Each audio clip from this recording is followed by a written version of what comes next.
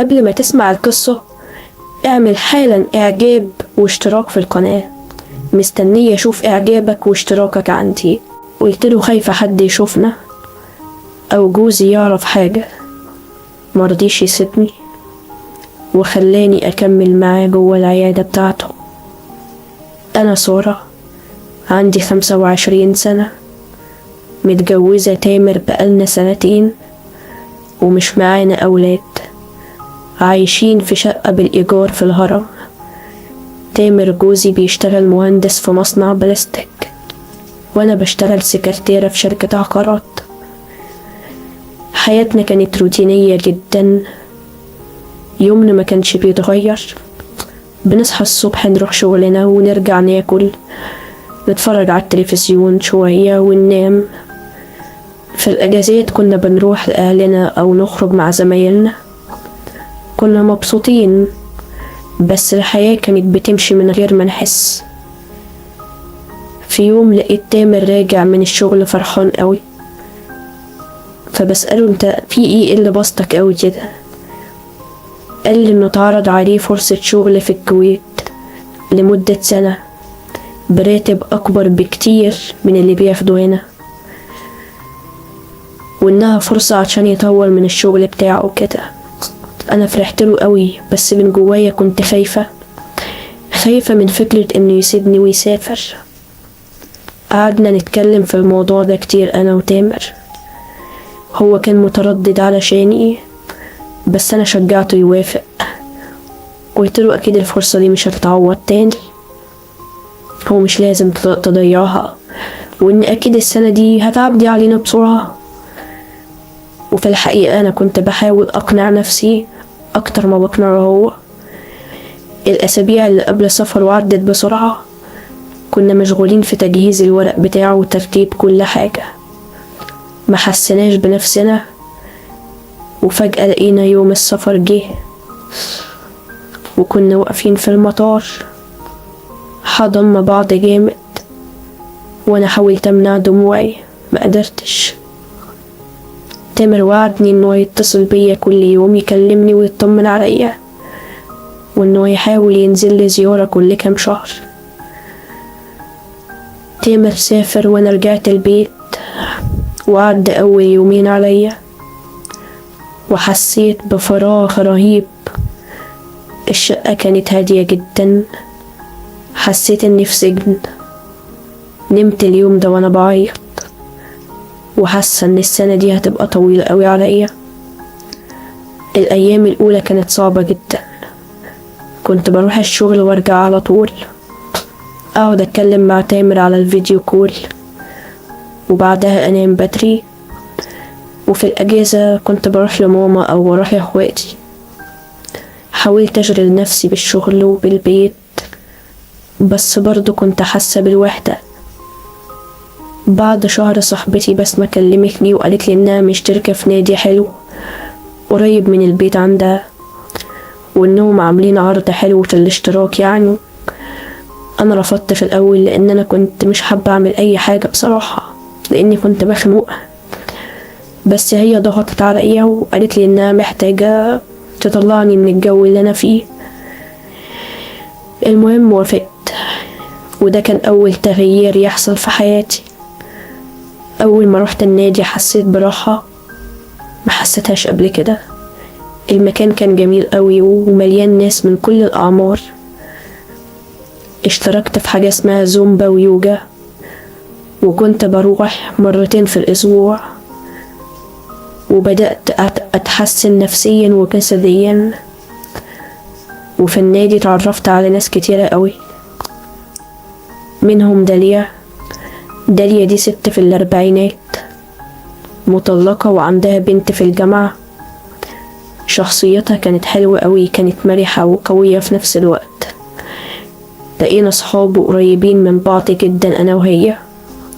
وتعرفت على واحدة اسمها نورة، واحدة في سني تقريبا، خطيبها مسافر برا برضو، شغال برا زي حالاتي يعني.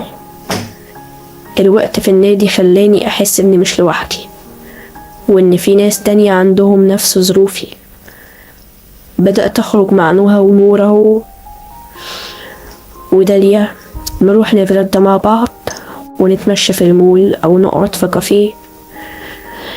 حسيت إن حياتي بدأت ترجع لها الحيوية من جديد، وفي نفس الوقت علاقتي بتامر كانت بتتغير. كنا لسه بنتكلم كل يوم، بس المكالمات بقت أقصر من الأول. هو كان دايما مشغول أو تعبان، وأنا كمان كنت ببقى عايزة أخرج أو أعمل حاجة. بدأنا نكتفي أنا وتامر بمكالمات قصيرة أو رسائل على الواتساب. وبعد 4 شهور من سفر تامر، داليا عزمتني على حفلة عيد ميلاد صاحبتها. في الأول أنا رفضت، لأن أنا مش متعودة إن أنا أروح النوع ده من الحفلات. فضلت تصمم وتلح عليا إن أنا أروح لحد ما وافقت. ودي كانت أول مرة في حياتي أحضر حفلة أو أروح مكان غريب من غير تامر من ساعة ما اتجوزنا. الحفلة كانت في شقة كبيرة قوي في منطقة في المعادي، كان فيها ناس كتير جدا، رجالة وستات. صوت الموسيقى كان عالي قوي. الجو كان مرح. أول ساعة كنت أنا متوترة وقلقانة، لأن أنا مش واخدة على الجو ده ومعرفش الناس دي. بس بعدها كده بدأت أتأقلم على الوضع كده وأعيش الأجواء. في الحفلة تعرفت على واحد اسمه عمرو، كان في أواخر الثلاثينات، طويل وشكله حلو جدا ووسيم. عرفت إنه شغال دكتور أسنان، وإنه مطلق من 2 سنين. بدأنا نتكلم أنا وهو ونضحك مع بعض ونهزر.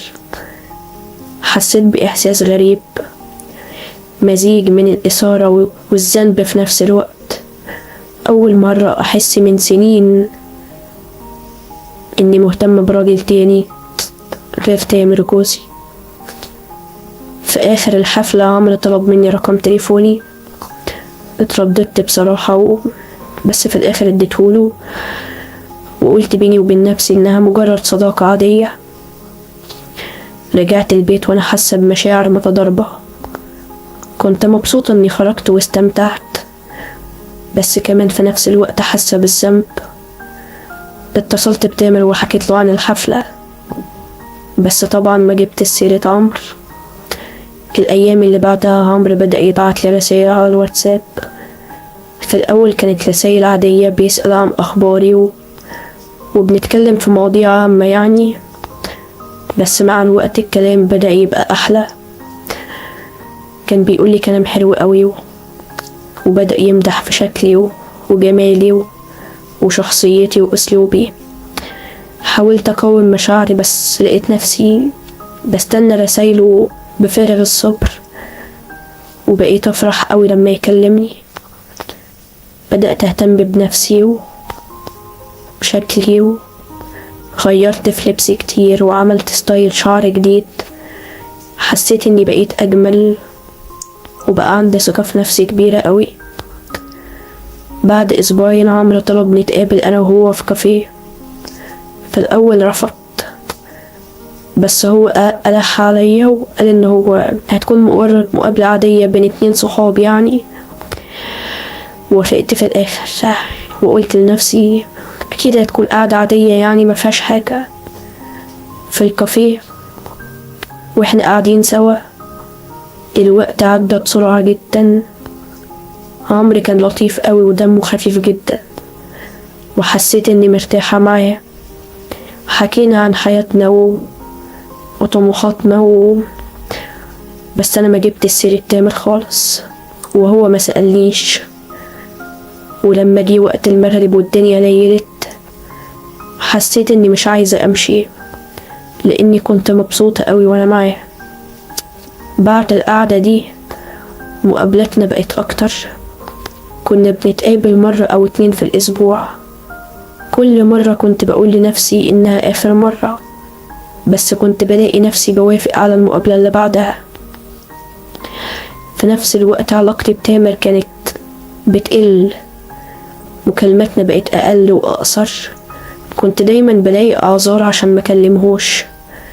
حسيت بالذنب من ناحيته، بس ما قدرتش أوقف نفسي. بعد شهرين من أول مقابلة عمرو خدني وعزمني على أكل في مطعم على النيل. كان المكان رومانسي جدا. وبعد ما اتعشينا رحنا اتمشينا على النيل، وقفنا نبص على المية سوا وهو جنبي.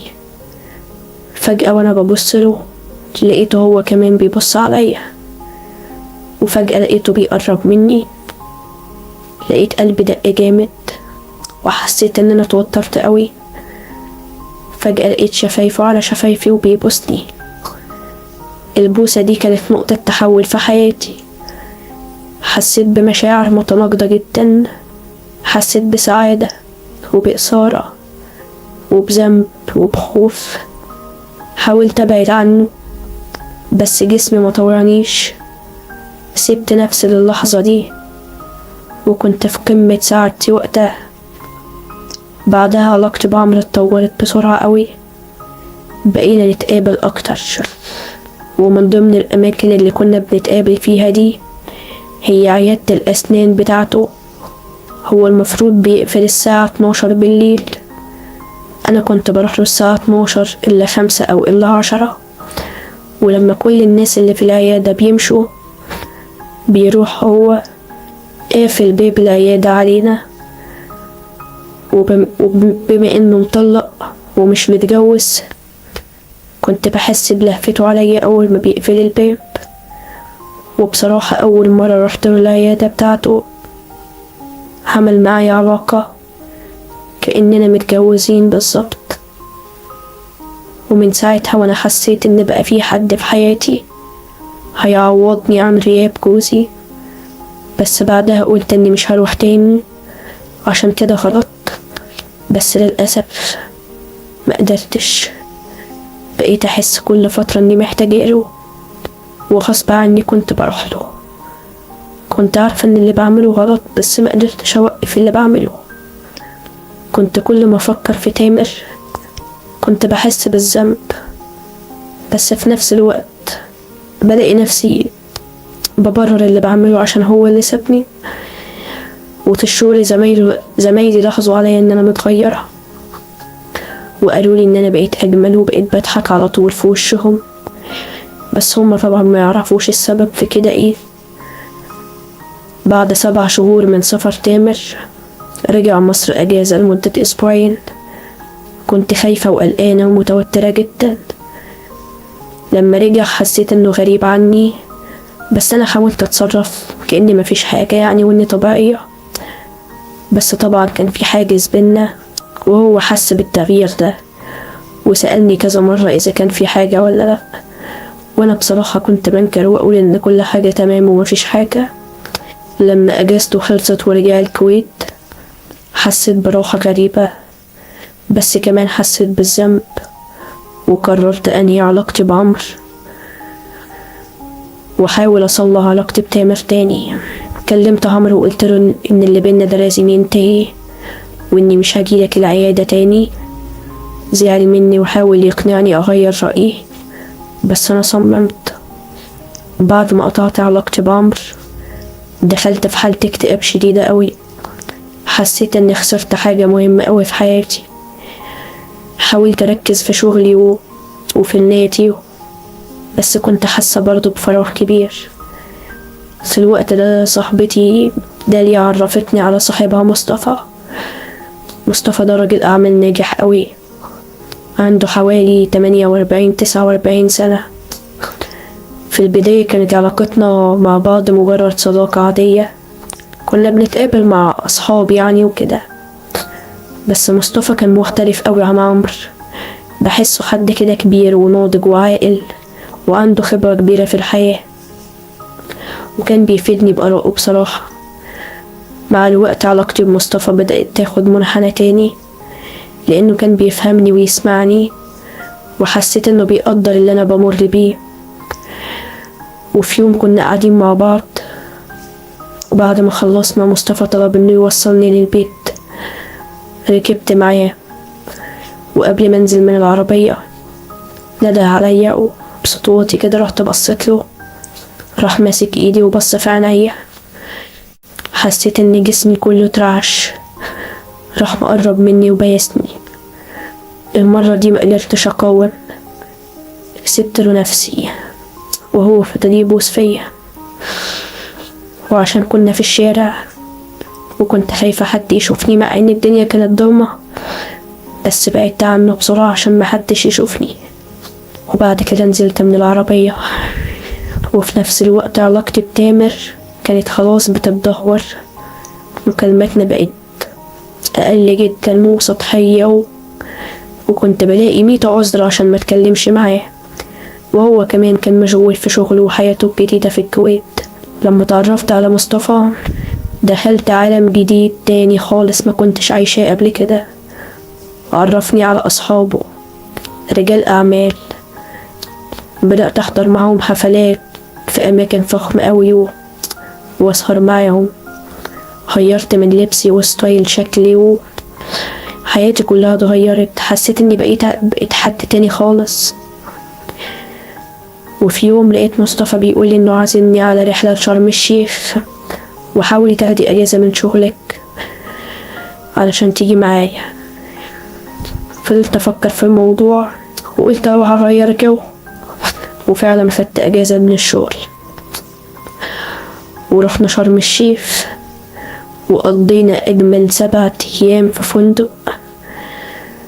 بس طبعا مصطفى كان بيجي الأوضة بتاعتي كل يوم بالليل وينام معايا، رغم إنه كبير في السن عني، بس ده ما حسيتهوش خالص وهو نايم معايا. لما رجعت من الرحلة دي لقيت رسالة من تامر وبيقول إنه نازل مصر. ارتبكت جدا، معرفتش أعمل إيه. حاولت أرتب أفكاري وأخبي أي دليل على حياتي الجديدة. تامر وصل وأنا في حالة توتر شديدة. حاولت أتصرف معاه كأني طبيعية ومفيش حاجة، بس كان صعب. هو لاحظ عليا التغيير ده في شكلي وتصرفاتي. سألني كتير عن سبب التغيير ده، وانا كنت بقوله لا انا تمام مفيش اي حاجة خالص. في نص الاسبوع دوت لقيت تامر فاجئني وقال انه هيقعد خالص في مصر، مش هيرجع تاني الكويت خالص، لانه حس ان في حاجة غلط بتحصل وانه لازم يصلح الامور اللي ما بيننا. الخبر ده صدمني، ما كنتش عارفة افرح ولا اسعد. بعد ما تامر رجع من الكويت كنت مرتبكة قوي. كنت فرحانة انه راجع وحاسة ان دي فرصة كويسة عشان نصلح حياتنا، ومن ناحية تانية كنت خايفة من التغيير اللي حصل فيا وفي حياتي. قررت اني انهي علاقتي بمصطفى. كان القرار صعب بس حسيت انه لازم.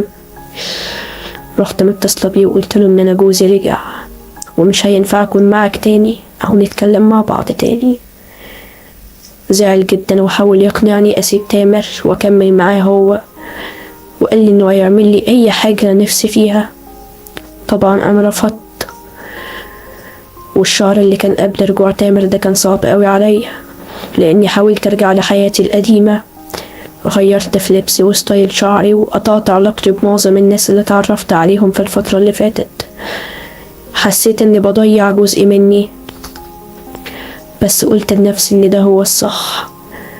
تامر رجع وانا لسه مش جاهزة. حاولت اتعامل معاه زي زمان، بس طبعا كان في حاجز برضه ما بينا، وهو حس بكده وحاول يقرب مني. كان بيسألني كتير عن اللي حصل في الفترة اللي فاتت، وانا كنت بحكي له نص الحقيقة بس. الاسابيع الاولى كانت صعبة عليا قوي. كنا بنحاول نرجع زي زمان، بس كان واضح ان خلاص في حاجات اتغيرت كتير قوي. تامر كان حنين ومهتم بيا جدا، وانا كنت بحاول ابدله نفس الاهتمام ده، بس من جوايا كنت حاسة ان انا في صراع. في يوم واحنا قاعدين في البلكونة لقيت تامر بيسألني بيقولي هو في حد في حياتك؟ في حد غيري في حياتك؟ السؤال ده حسيت ان هو جه في دماغي. حسيت ان قلبي هيقف. معرفتش ارد عليه. سكت وقعدت اعيط. ساعتها تامر عرف اني مش بحبه وان في حد تاني في حياتي، وغصب عني حكيت له عن علاقاتي اللي عملتها بس طبعا ما عرفتوش ان حد منهم نام معايا. الكلام ده كان صعب علينا احنا الاتنين وانا بحكيله. قعدنا نعيط ونتكلم لساعات، وفي الاخر وصلنا لقرار صعب واتفقنا على الطلاق. وفعلا مشينا في اجراءات الطلاق واتطلقت منه. بعدها بدأت اسامح نفسي ببطء. فهمت ان الندم والحكم على النفس مش هيغير حاجة، وان الاهم هو اني اتعلم من اخطائي وابقى انسانة تانية واحسن. علاقتي باهلي بدأت تتحسن. ماما وقفت جنبي وسندتني، وبابا في الاخر سامحني بعد ما كنت حكيت له على اللي حصل. حسيت ان العيلة هي السند الحقيقي في الاوقات الصعبة. الحياة مليانة لحظات حلوة وصعبة في نفس الوقت، اختيارات صح واختيارات غلط. المهم اننا نتعلم من كل تجربة ونحاول نبقى احسن.